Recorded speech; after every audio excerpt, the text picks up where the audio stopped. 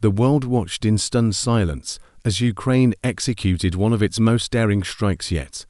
In the dead of night, deep behind enemy lines, Ukrainian intelligence pinpointed a massive Russian ammunition depot and installation stacked with artillery shells, rockets, and fuel supplies that were meant to power the Kremlin's next offensive.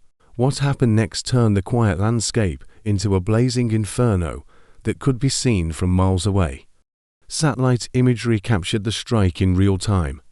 A precision-guided missile sliced through the sky before slamming into the depot. Within seconds, the entire facility erupted like a volcano. Fireballs shot upward, exploding in violent waves as stored ammunition cooked off in rapid succession. Witnesses described it as the night turning into day, with shockwaves rattling villages far beyond the blast radius. But here's where the story takes a darker and more fascinating turn. This wasn't just any depot, it was a critical supply hub feeding Russian operations in the southern theater. By striking it, Ukraine didn't just destroy munitions, they created chaos in Russia's logistical chain, forcing the Kremlin to scramble for emergency replacements. Convoys that were supposed to push fresh artillery to the front were suddenly stranded. And frontline Russian troops, already stretched thin, faced a nightmare: empty guns when they needed them most. Russian state media immediately tried to cover it up, calling it a minor incident, but local footage, uploaded within minutes, told another story. Massive mushroom-like explosions lit the sky for hours, sending shockwaves across social media. Analysts began comparing the devastation to the legendary strikes on ammo depots during World War II, when one explosion could tip the balance of entire battles. And yet, Ukraine wasn't finished. As the smoke still rose from the burning depot, Ukrainian drones circled overhead. Their mission: to hit secondary targets, the convoys, the rescue teams, and even Russian air defenses trying desperately to shield what remained. This was more than a strike. It was a calculated strategy of chaos, designed not only to destroy supplies, but to paralyze Russia's ability to recover. But the real shock came the next morning. Russian soldiers on the ground, confused and disoriented, began sending intercepted communications. They described abandoned positions, officers panicking, and rumors spreading like wildfire that Ukraine had discovered even more depots nearby. Panic spread faster than orders could be enforced. And here is the question no one is asking: did Ukraine use this strike as bait, drawing Russia into a trap far bigger than a single explosion? Intercepted radio chatter gave the world a rare glimpse into the chaos inside Russian ranks.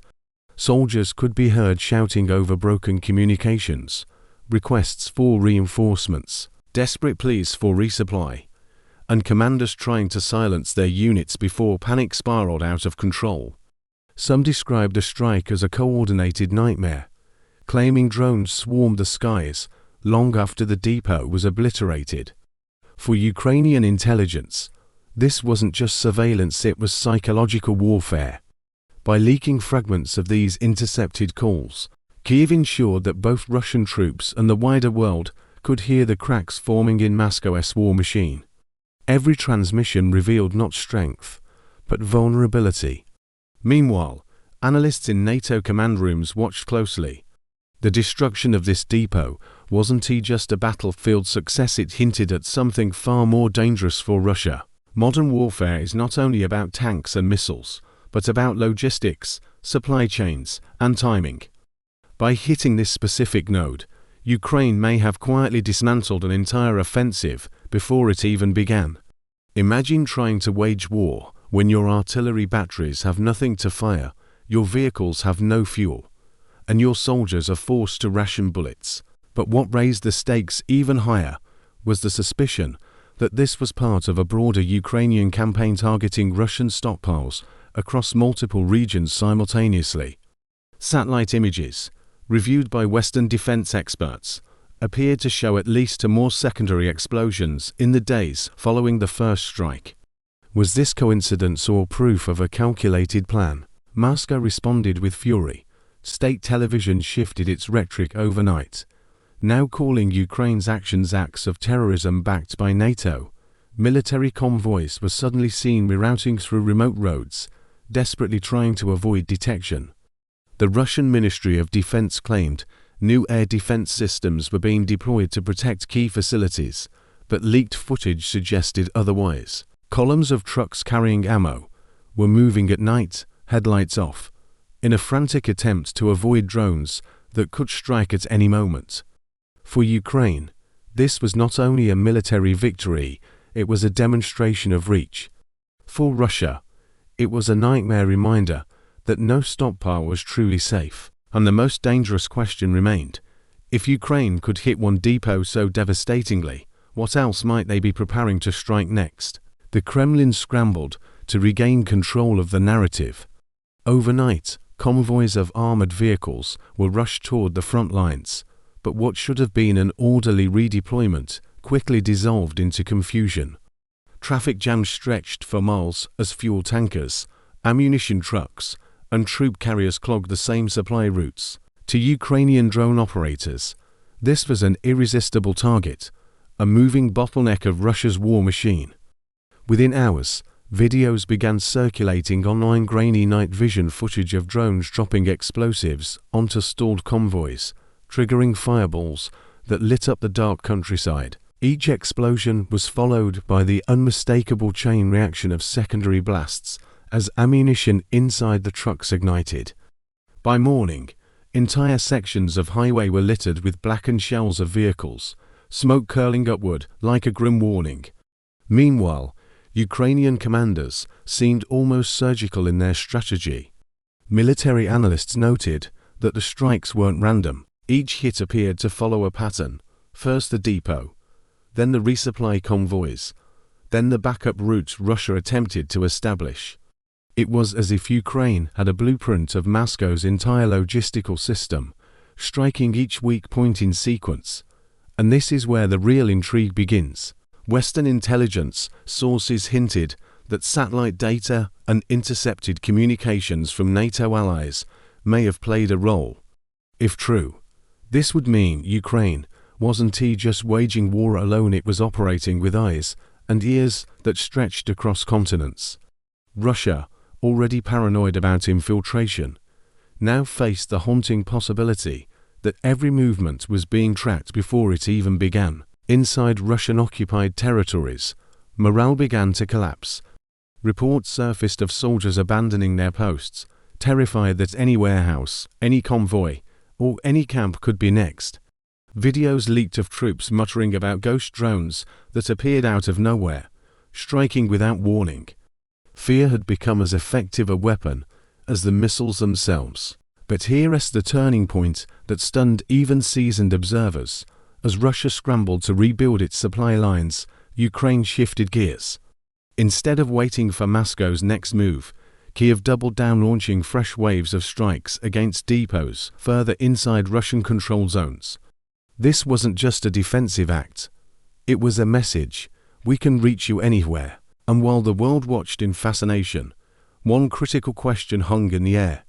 Was this only the beginning of a larger Ukrainian campaign designed to unravel Russia's war effort piece by piece? Russia's retaliation came quickly, but not with the precision Ukraine had demonstrated. Instead, Moscow launched waves of missile and drone strikes across Ukrainian cities, attempting to send a message of brute force. Yet the results revealed a growing weakness. Many of the missiles were intercepted by Ukraine's air defenses, while others struck civilian infrastructure, fueling international outrage rather than delivering military advantage.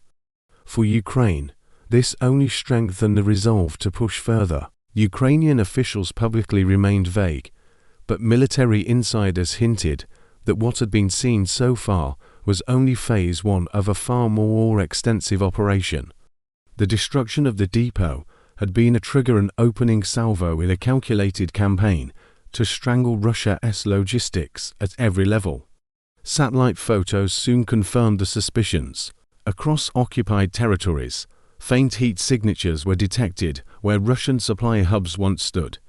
Storage sites that had been critical for artillery, armored units, and fuel distribution were suddenly reduced to craters. Even more alarming for Moscow, some of these explosions appeared to have occurred almost simultaneously, suggesting that Ukraine was coordinating strikes on multiple fronts in perfect synchronization. The effect was devastating. Russian units on the front reported dwindling artillery shells, with some batteries limited to firing a fraction of their usual barrages. Fuel shortages left tanks and armored vehicles stranded, sometimes abandoned in the mud, as crews waited for resupply that never came. And all the while, Ukrainian forces, maneuvering with growing confidence, began pressing forward with counteroffensives, exploiting the gaps that Russia's broken logistics had created. Inside the Kremlin, alarm bells rang, military advisors pressed for immediate solutions, suggesting the rapid construction of new depots further from the front. But this created another problem. The longer the supply routes, the more vulnerable they became. Every kilometer added was another opportunity for Ukraine's drones, partisans, and long-range strikes to intercept them. What had once been a steady flow of weapons to the front now resembled a leaking pipeline, unreliable, fragile, and constantly under threat. And then came the most unnerving development. Ukrainian officials hinted in hushed tones that they had not yet revealed their full capabilities. Some suggested that new Western-supplied systems, longer-range precision weapons, not previously acknowledged, were already in play. If true, Russia's nightmare had only just begun, because it meant that not just occupied territory, but potentially even depots inside Russia itself, were within reach. The question everyone now asked, was Ukraine preparing to expand the battlefield beyond the war zone, striking deeper into the heart of Russia's logistical network? As whispers spread about Ukraine's newfound reach, Russia scrambled to adapt. Almost overnight, rail lines became heavily guarded, with armored vehicles patrolling key junctions and anti-aircraft batteries hastily deployed along known supply corridors. But the very need for such measures highlighted a deeper problem. Moscow was on the defensive, reacting to Ukraine's moves rather than dictating the tempo of war. Then came a strike that stunned even hardened analysts. A massive explosion rocked a supply hub not in occupied Ukraine, but across the border inside Russia's own territory. Local officials rushed to downplay it, calling it an industrial accident, but satellite images told a different story. A plume of smoke so large it was visible from orbit, with scorched earth stretching for hundreds of meters. Ammunition trucks parked nearby had vanished into twisted wreckage. For Ukraine, this was a symbolic breakthrough. No longer confined to striking only occupied ground, Kyiv had demonstrated its ability to reach into Russia's logistical arteries. It wasn't just about destroying supplies, it was about sowing fear. If nowhere was safe, every depot, every convoy, every stockpile became a ticking time bomb waiting to be struck. The psychological impact rippled through Russia's ranks. Soldiers in the field, already low on ammunition, now whispered about whether the supplies promised from the rear would ever arrive. Officers hesitated to station their men near warehouses or fuel depots, knowing that any moment could bring another precision strike. Even civilian populations near border regions began to panic, with reports of mass evacuations from towns suddenly living under the shadow of explosions. Meanwhile, Ukraine's strategy revealed a second layer: misinformation. Fake coordinates were leaked through compromised channels, tricking Russian commanders into relocating supplies to sites Ukraine had already marked for destruction. Convoys sent down safer routes, walked directly into ambushes, struck by drones and long-range artillery the moment they thought they were hidden. But as devastating as these strikes were, they opened up a larger geopolitical question. Could Russia tolerate these escalating attacks without responding in kind? Kremlin officials hinted at serious consequences, fueling speculation about possible retaliatory strikes far beyond Ukraine. Western capitals, meanwhile, watched uneasily, knowing that Ukraine's success could either cripple Russia or provoke it into a dangerous escalation that would draw the world even deeper into the conflict. And while Moscow debated its next steps, Ukraine was already moving to the next phase, targeting infrastructure that supported Russia's supply chain, bridges, railways, and fuel pipelines. One Ukrainian official, speaking anonymously, summed it up bluntly: "It is not just about destroying what they have today, it is about ensuring they cannot fight tomorrow." The world waited anxiously, because if this campaign truly spread deeper into Russia, the war might cross a line that had so far been avoided. The first shockwave of Ukraine's new strategy hit a railway junction deep in Russian-controlled territory. It was no ordinary target. This line carried ammunition, fuel, and heavy armor toward the southern front. In broad daylight, a barrage of long-range precision strikes ripped through the tracks, derailing a convoy of supply wagons and igniting an inferno that burned 4 hours. Explosions echoed as tank shells stored on flatbeds detonated one after another, scattering debris across miles. For Russia, this was catastrophic. Railways had been the backbone of its logistics since the war began. With truck convoys already overstretched, the destruction of even a single line rippled across the front like a chokehold. Analysts noted that Russian artillery units were suddenly firing less, their barrages less frequent, as if the guns themselves were rationing every shell. Ukraine wasn't just dismantling the supply chain, it was forcing Russia into impossible choices: protect the depots, guard the convoys, defend the rail lines. With every new strike, Moscow's military planners scrambled to shift priorities, but each move exposed another weakness. Then came the fuel strikes. Ukrainian drones penetrated deeper than ever, hitting a cluster of fuel storage tanks that supplied Russian armored divisions. Fireballs rose hundreds of feet into the sky, the black smoke visible from towns across the border. Without fuel, tanks and armored vehicles became little more than immobile targets. Videos soon emerged online of abandoned Russian armor, some still intact, left behind because there was nothing to power them. But even as Ukraine celebrated these wins, Russia prepared to hit back. Satellite surveillance picked up unusual activity in key Russian airbases. Dozens of bombers and fighter jets were being repositioned, not to strike Ukraine's front lines, but to hunt the drones and missile launchers responsible for these devastating attacks. Moscow had finally recognized the pattern, and it was mobilizing a response designed to neutralize Ukraine's growing reach. Yet Ukraine seemed almost prepared for this. Instead of slowing down, its strikes multiplied. Smaller partisan groups inside occupied territories began launching sabotage raids, cutting communication lines, blowing up bridges, and even planting explosives on convoys before they ever reached the front. This created a nightmare scenario for Russia. It was no longer just fighting an army, it was fighting a shadow war on every level. And here's the most astonishing detail. Western intelligence hinted that Ukraine's campaign was entering a new stage, one not yet seen by the public, a stage that could involve targets so strategic that striking them might alter not just the battlefield but the entire direction of the war itself. The question now hanging over the conflict was chilling. How far was Ukraine willing to go? And how far would Russia allow it before escalating in ways the world has feared since the first day of the war? Satellite imagery the following week revealed what Ukrainian planners had anticipated. Russia's air bases along the western border were suddenly a hive of activity.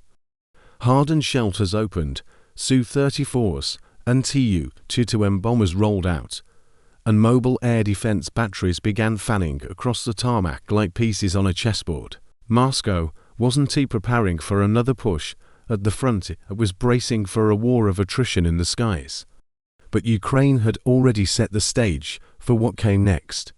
Hidden across fields, industrial ruins, and even disguised within civilian trucks, mobile launchers waited silently for the signal. On a cold, clear night, a synchronized wave of long-range drones lifted off, their engines almost inaudible at low altitude.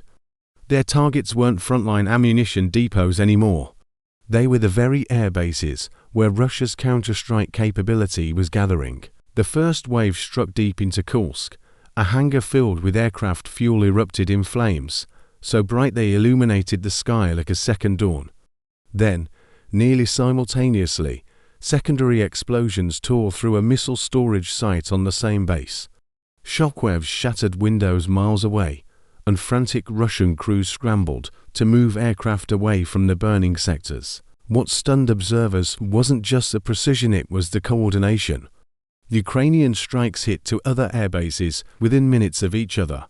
At one, surveillance captured a Tu-95 bomber engulfed in fire. At another, air defense radars were knocked offline before they could react. Russian state media tried to downplay the losses, calling them contained fires, but satellite photos told a different story. Blackened craters where entire aircraft rows had once stood. The effect was immediate.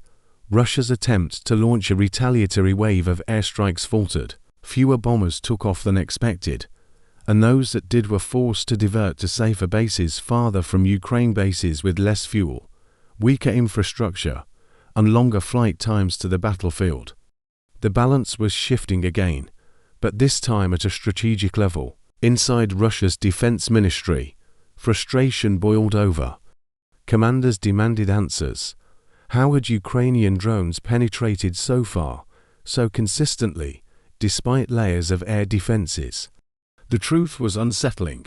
Ukraine wasn't only relying on imported weapons.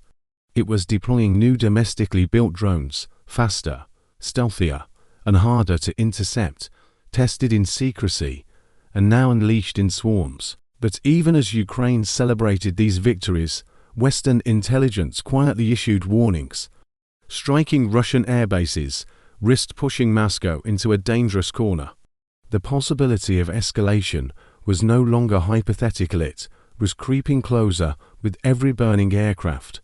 And according to sources, Russia was preparing a response unlike anything seen in the war so far. The stage was set for a confrontation that would not just test Ukraine's ingenuity, but the resolve of NATO itself.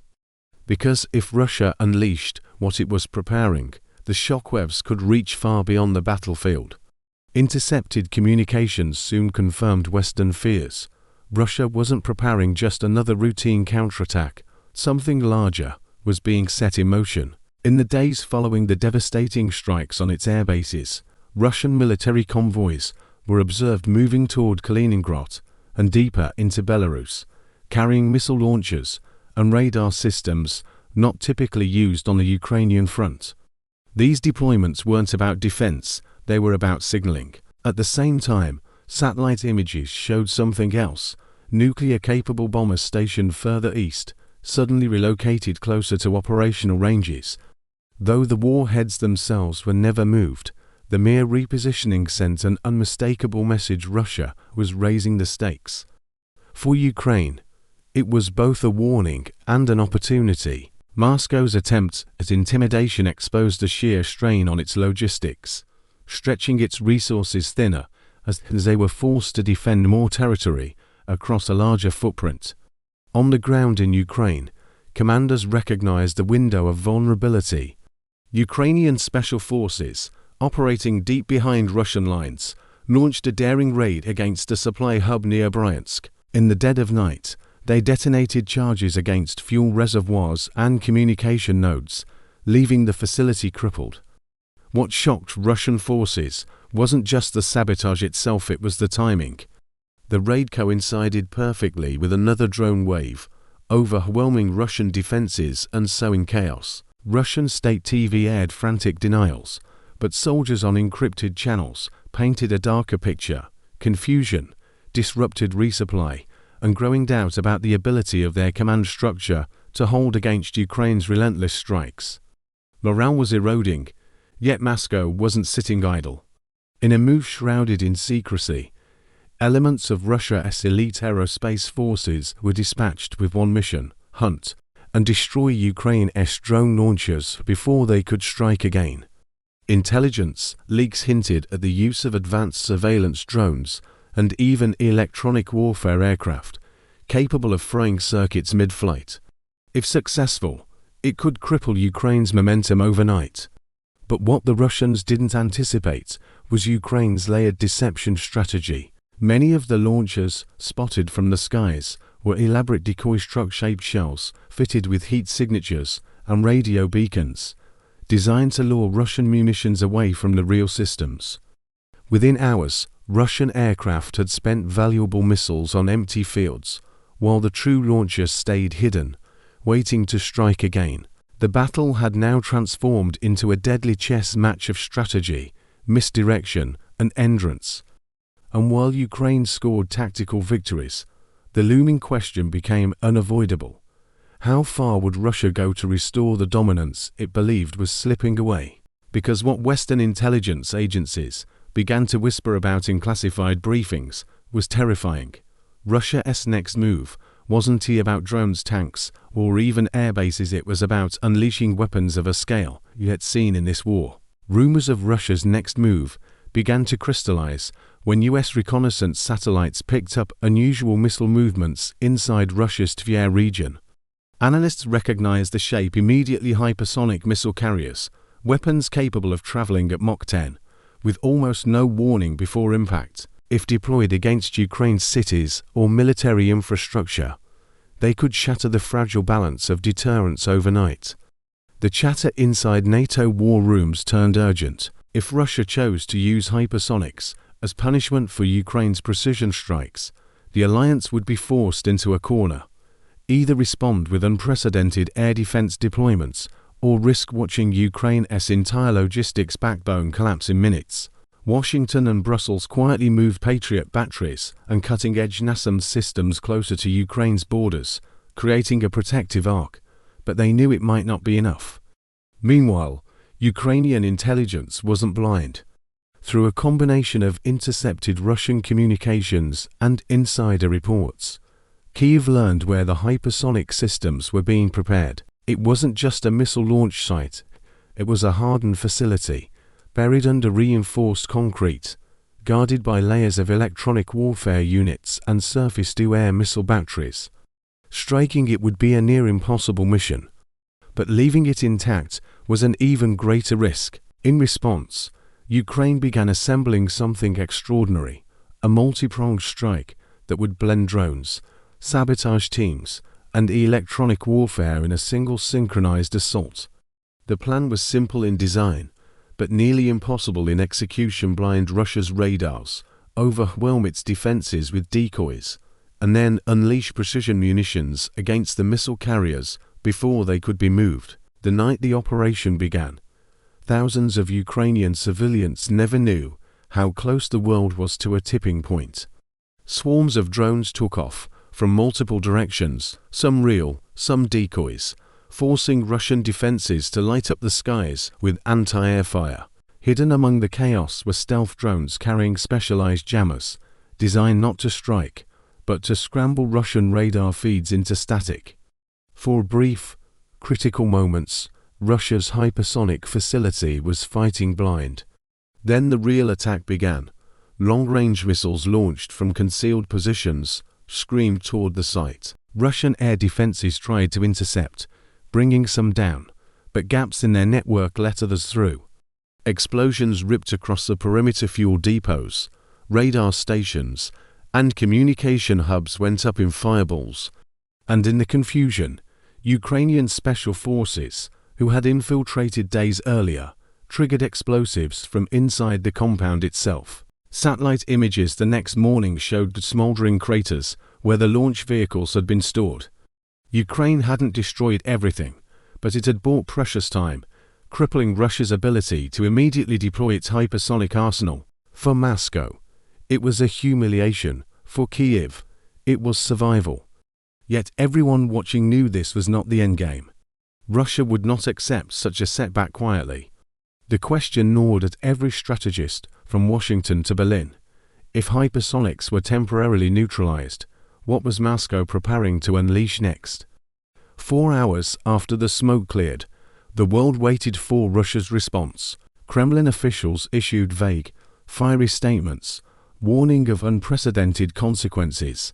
Military analysts braced for an escalation that could shatter Europe's fragile security balance.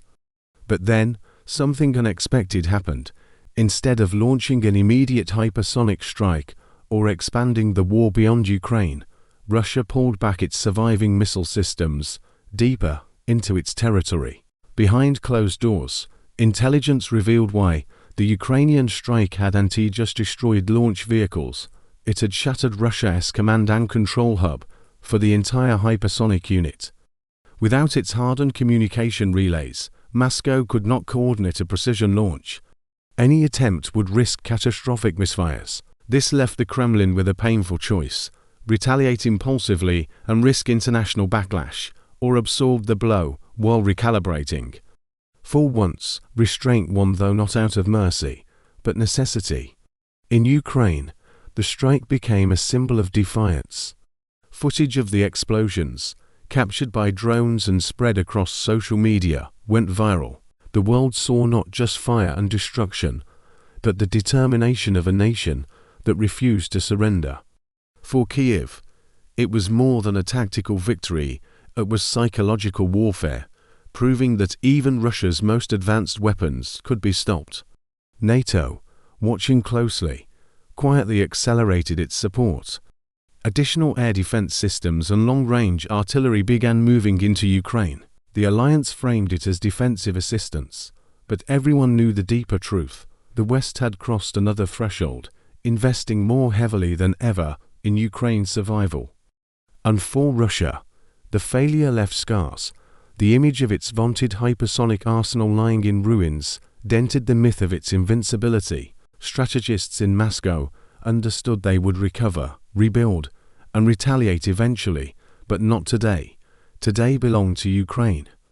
When the sun rose over the battlefield the following morning, smoke still curled into the sky, and scattered craters marked the ground where once Russia's most dangerous weapons had stood. Ukraine had done the impossible, had not only destroyed an imminent threat, but also reshaped the psychological landscape of the war.